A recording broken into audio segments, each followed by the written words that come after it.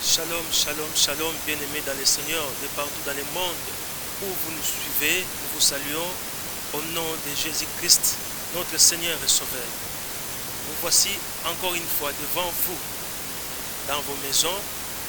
Epele bolanda biso na ba téléphone na bino, topesi bino shalom.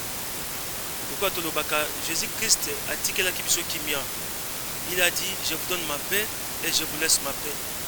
Alobaki lisusu tango bayokanga ye, alobi, si c'est moi que vous cherchez, alors laissez partir ceci. Monguna tika yo, makambo tika yo, maladie tika yo, parce que yo za Yesu. Donc là Jésus-Christ a mis kaba ki pona yo, yo za suna droit pour souffrir. Bien-aimé, lelo toko tanga penser moko, thème na biso lelo ezali l'importance d'avoir Jésus-Christ dans sa vie. L'importance d'inviter Jésus-Christ dans sa vie. Bien-aimé, Mutoyo azana Yesu Masia akoretaka jamais vine mobimba. Mutoyo a invité Jésus-Christ dans vie na ye. Aza muto esengo vine mobimba. Est-ce possible que na mwata moko mbonge koya, mais atako mbonge ye, Jésus-Christ est capable de repérer mbonge. Tika ba mbonga vie na yo. Jésus-Christ a arrêté en Lelo au nom puissant de Jésus-Christ. Nous allons lire la parole de Dieu dans le livre de Jean, chapitre 2, à partir du verset 1. 3 jours après, il y eut des noces à Cana en Galilée. La mère de Jésus était là et Jésus aussi fit aussi invité aux noces avec ses disciples. Le vin ayant manqué, la mère de Jésus lui dit, ils n'ont plus de vin. Jésus lui répondit, femme, qu'y a-t-il entre moi et toi? Mon heure n'est pas encore finie. Bien-aimé, histoire où bien bien. La Bible dit, ezaki na nos moko salemaki na Cana. Nos eza fête ya munene. Nos ezali yotote. Nos rekoza vie na yo bien-aimé. Fête moko ya mulai ya munene. La Bible dit ceci. Non moko salemaki na Cana. Tango salemi kolo fête oyo a invité ki batu nyonso ore ko invité. Bato boyebi ya mbongo, bato ya kitoko, bato ba décorer ba fête. Bato ba lataka bien, bato a possibilité. Tango a invité ki bango, a invité ki pe Marie, la mère de Jésus-Christ. Tango a invité ki Marie, mère de Jésus. Et souka quitté, heureusement, a invité qui peut un invité. Oh, il y a qui le invité simple, mais spécial. Jésus-Christ. A invité qui peut Jésus, dans nos soins. Fête et bandakate et bandaki. Bandi fête, fête, le roi a qui lit au toté, a qui fête à Moulaï. Moutou Oyo a invité qui bango, a bongi sa qui pensa nyonso bien. Que nombre d'invités. Nan nombre ya batu bakoya biloko ekoka 20 pe ekoka babandi fête babandi fête babandi fête babandi fête na kati ya fête tango penza ambiance ko makasi fête ileki elengi batala boye 20 ezate batala boye 20 ezate 20 emankaki pe esalaki pasi mingi. Or, la Bible dit, les vins réjouit le cœur du roi. Vin, et puis ça que c'est mon motema. Ceux qui font ça dans la fête, ils ne pas fête dans la sainteté. Donc, ça qui dit qu'en moisson, il peut passer pour nous marier, pour nous mettre oyo, à ce qui chargé l'organisation à fête. Bien aimé, équation comme qui m'a casse, dans le cas de Boutou, vin et zaté. Ba invita minene ba wuti bipai na bipai mokimobimba ve zate ba kosuka wapi. Heureusement, bien aimé, heureusement, est-ce que le heureusement il y avait deux invités. Invité moko comme on ezaki Marie, mère de Jésus. Azaki wana azo observer situation ndenge zalaki. Amoni ke bato bazana équation mais eloko ko sala ezate. Mais il avait si que nakati awa invité musu baza mbongo mais mbongo yo na mbuto lelo mbongo eza important te po za de po moko te ya 20 ba oteka eza ba 20 musu utaka musika ta musu utaki Italie bave musu utaka Amérique, bave musu utaka Espagne. Nani akokende kwa kende osaba commande na moyen nini na butu oyo. Bien-aimé, vie na yo eza lokola noce. Ko se contenter na diplôme na yo te, na ba relation na yo te, ko te contenter na mbongo na yo te, na musala na yo te, na ba affaire na yo te. Na noce sa vie na yo linga o invité spécial. Jésus-Christ va inviter qui est lokola invité simple. Heureusement Jésus-Christ azaki invité na fête wana. Tango Marie atali boye lobi, awa makambo comme impossible. Mais nous avons quelqu'un, je connais quelqu'un, oyo ayepe na nosoyo, et pas na ye, rien n'est impossible. Oyo nyonso bazo trouver l'équation, et pas Jésus-Christ, solution ezali. Jésus-Christ a des solutions na ba équation nyonso. Na vie na yo, na libala na yo, na voyage na yo, na ba affaire na yo, esengo ekoki pe kosila. Ndenge masangisila ki. Le vin représente la joie. Makambo bana kosala omoni ke esengo komo sila. Okomi na suka. Makambo esimba sute. Bien-aimé, est-ce que na vie na yo aussi invité spécial na fête vie na yo? Il y a déjà bazara soka zwi mbongo pona yo moni esili. Non. Mbongo za invité. Mais invité par Jésus-Christ aya. Atoza na mbongo aza invité. Jésus-Christ peut aza invité. Parce qu'on ne sait jamais. Na kacha fête ya vie na yo associe Jésus-Christ parce que subitement masanga ekoki pe kosila. La Bible dit le vin ayant manqué. Souvenez-vous, Simon azaki expert na pêche. Abandai ko pêcher à cause d'un bon abatu, soit kiti mai, retour bo mbisi ezangate. Mais ça un jour mususu butu mususu a utilisé ba formule nyonso ya pêche. Expérience na ye pesa ke mbisi te. Bien aimé na vie na yo côté contacter na mayele na yo te, mayele les invités. Bilamba les invités. Beauté na yo les invités. Relation les invités. Mais inviter les sous inviter moko Jésus-Christ na vie na yo. Parce qu'on ne sait jamais. Et ça un jour mususu 20 et kosila. Et ça un jour mususu musala est comme compliqué, mais si tu as un invité qu'on appelle Jésus-Christ, à couper sa solution na makambo na yo. Jésus-Christ a toujours solution na ba équation nyonso. A sera toujours disponible. Tango Maria comprenait que Jésus-Christ a zawana, Maria poussanaki et pas Jésus. Elle a intercédé. La femme c'est l'église. Sur dans likambu, il y a qu'une église. Marie a yaki ko intercéder na faveur ya bato yo ba organiser ki nos. Alobi ozomona teke awe kwasio kodu. Awe venzate, awe sengwezate. Tango alobi bongo, Jésus Christ alobi, femme, qu'y a-t-il entre toi et moi? Mon heure n'est pas encore arrivée. Bien-aimé na vie na yo, au moins makambo ya compliqué. Ozomi tuna na sambela kame makambo esimba te. Non. Jésus est là. Yo muto invite Jésus, mais au moins na loko makambo esila te. Même si tu as un invité dans ta vie, même si tu as invité Jésus-Christ dans ta vie, tu pries. Mais attends maintenant l'heure de Dieu, le temps de Dieu. Jésus-Christ a dit, mon heure n'est pas encore arrivée.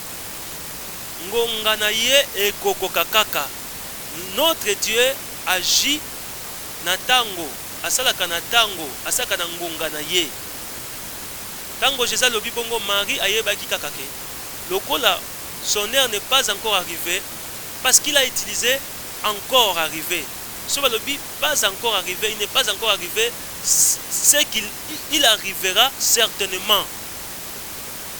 Même s'il n'est pas encore arrivé ce matin, même à midi il arrivera. Même s'il n'est pas encore arrivé ce lundi, même le jeudi, il arrivera certainement. Yango, la raison pour laquelle Marie a lobaki na ba disciple, nyonso ya koyebisa bino bosala nini, bosala yango. Parce que Marie connaissait bien que Jésus-Christ est le maître des temps et des circonstances. Mais temps est difficile. Temps est difficile. Jésus-Christ a un télécommande.